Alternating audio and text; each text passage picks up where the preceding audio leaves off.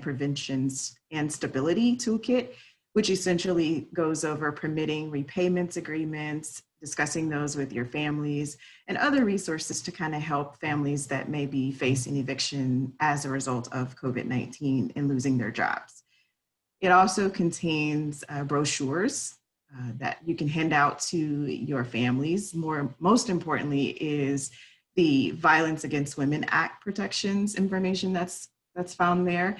As you know, there's been an uptick in domestic violence during this pandemic. And so it's a great time to start revisiting your policies to ensure that families that are claiming VAWA understand your process, understand HUD's process. And I highly recommend that if you have any questions about that, that you reach out to your field office representative just to ensure you are in compliance. So here are some of the notices that we're going to go over today. We'll discuss the notices beginning with the most recent one and ending with the oldest ones.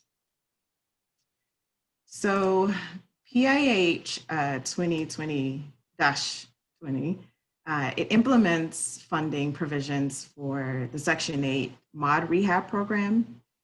Essentially, this notice applies solely to MOD rehab. It's made available millions of dollars for those administering the program. If you are eligible for the expenses, essentially the HAP payments for your landlords, you can reach out to if you haven't received it, reach out to the Financial Management Center. Because for my reading, it was, the funding was made available August 24th. And I say from my reading because I don't deal a lot with the MOD rehab, so I'm not familiar to say, yes, this is exactly how this works, just based off of my reading. I just wanted to give that disclaimer. So the primary use for these funds is for vacancy payments in accordance with 24 CFR 882. Again, it only applies to MOD rehab. And if your HAP payments are increased due to reduced tenant calculated rent as a result of tenants losing their jobs, then you can definitely apply for this funding relief. PIH Notice 2020-18, it implements funding provisions for the Housing Choice Voucher Program, provides additional new eligible activities so that you can prepare and prevent COVID-19 with supplemental administrative fee amounts. As you look at this notice, the complete list is found on page 3. These fee funds may be used for both HCV, including mainstream vouchers, administrative expenses, and the eligibility period is when the program is impacted by COVID-19. So HUD understands that your program, especially Section 8, may be impacted well after this is over. And so they have implemented or provided waivers that can assist once this is over. But in the meantime, you can use the administrative fees, the second award administrative fees found in 2020-18 to kind of help with some physical improvements to your office space. If you have to put up barriers, you have to put up if you have to get PPE, things of that nature. One that I thought was very, very prevalent is if there are technology needs for program participants, you can use the funds outlined in 2020-18 for those families that are doing homeschool as a result of the pandemic. The reporting requirements for the funds, that's forthcoming. As of creation of this presentation, I did not, and I checked with my peers that I did not find the process for actually reporting these funds. So my recommendation to you would be to continue to monitor HUD's website to ensure you get the process for reporting these fees. Another notice found on the website is PIH Notice 2020-17.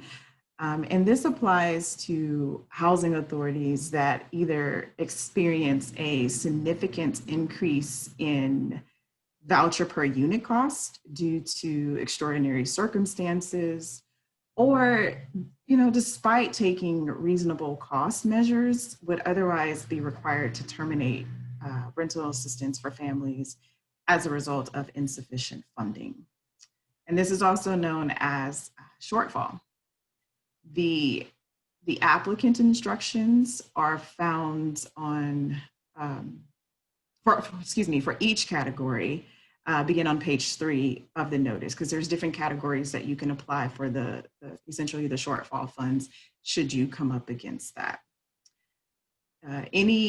Any remaining funds after the eligibility periods, which right now I think goes to June 30th, 2021, they will be recaptured by HUD unless the time frame is extended.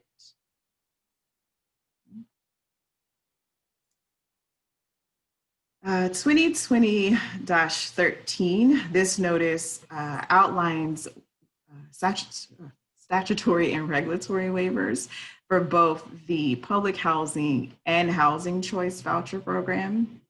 It carries forward information from, it was in 2020-5 for temporary suspension of the public housing assessment system and the Section 8 Section 8 management assessment program. Essentially, scoring for FOS and CMAP will not happen this year as a result of COVID-19. We do encourage you to use any waivers that are applicable to your local area. One of the things you must ensure that you document and put in writing which waivers are adopted and the effective date. Should there be an audit of some sort, or should you have a tenant complaint about some procedures that have changed and they're not aware, you should be able to support that you did indeed adopt the waivers outlined in 2020-13. Also in this notice, there is an Excel document that outlines every waiver, how it apply, or which program it applies to. And then it also provides a column to the right side for you to add your effective date. So most of the work has already been done, just a matter of combing through and figuring out which waiver you would like to adopt and implement at your housing authorities. Again, we highly encourage you to implement waivers based on local circumstances and your needs. We understand that not all waivers are going to be applicable to your area, so it's important that you read through the notice and determine which ones would be beneficial for you and your team, especially to relieve some of the administrative burden that has come with this pandemic. Earlier in the presentation, I talked about a flyer on the website. So as you peruse the website, which I'll share the link here in the chat room later, there's a tenant flyer. And this is very important in the terms that most of the families on our program, a good majority of the families in our program, are low-income families. They are also known as essential workers. And as a result, their employment may have been impacted by COVID-19. The moratorium expired in July, as you're aware. Yes, we do understand the CDC has issued another moratorium, but when these moratoriums expire, if they do, it's important that we have the discussions with our tenants about eviction and what their role is and what their responsibility is and what options they have. So we recommend that you, at the very least, print out this flyer, have it readily available for families that have questions about their options in terms of evictions. As we talk about COVID-19, we definitely cannot leave out CDC resources, because that's where most of our guidance comes from in terms of protecting ourselves. And so I wanted to add in that as you peruse through HUD's website, another tool or another link to bookmark would definitely be CDC's website. This is where you can obtain information on cleaning and disinfecting not only your common areas, if you are still in a position to see families, but also your personal space. I know for me, when all of this happened as a mom of three, I didn't think I had enough cleaning supplies, bleach, gloves, so forth in my household to protect my family. But I also learned by reading the CDC's website, I was kind of going overboard. So it's just a good idea to take a look at CDC's website and kind of see how you can implement some of these protective measures into your office, into your workday, as well as protecting the families that come in or the participants that come in. So the big CDC moratorium, or excuse me, their temporary halt. At the creation of this presentation, HUD had not provided any guidance on how we were going to approach this. I learned that that information is forthcoming, hopefully later this week, if not earlier in the week. So as of right now, I don't know. I don't know how we're going to apply that. But I would recommend a couple of things. One, continue to check HUD's website for the recommendation and how HUD's going to manage that or go along with that. You can also reach out to your field representative to ask questions. And if I'm your field representative, I don't know right now. So don't ask me today because I don't know. But yeah, so first, the HUD website, your field representative, and then from there, we'll get the guidance to you.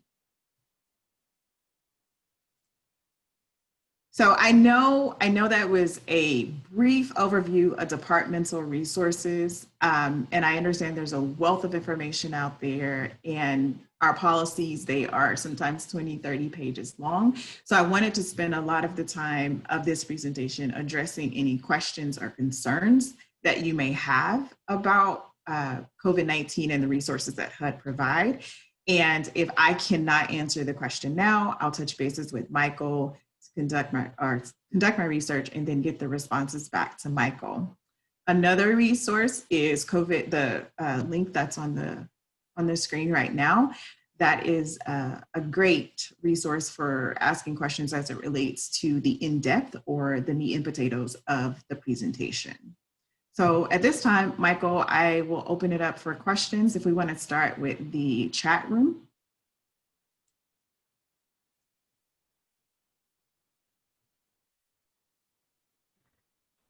Okay, it looks like we do have one person in the chat asking, this is Mark.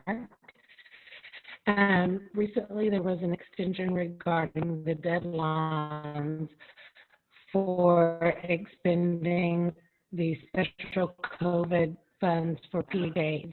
What's the new deadline? So that I understand the question, is the CARES Act funding is what's asking, because it was kind of breaking up on my end. What is the deadline for expending those funds? Is that correct? Yeah, yes. Okay. I will have to look. Yeah, I'll have to look at the, no worries. I'll look at the notice, and I think that's embedded in 2020-20, not 2, 2020-20. Off the top of my head, I want to say December 31st, but I will definitely get that answer back to Michael. I'm just reading it. Do we have anybody else that might have a question?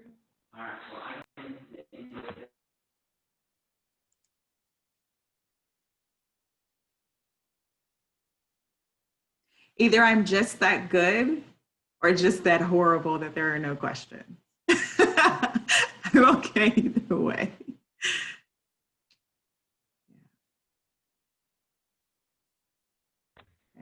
Well, and if anybody does think of a question later, you definitely can reach out. All of her contact information will be on the in the event platform. So you can definitely reach out later, Tamisha, if you have any questions.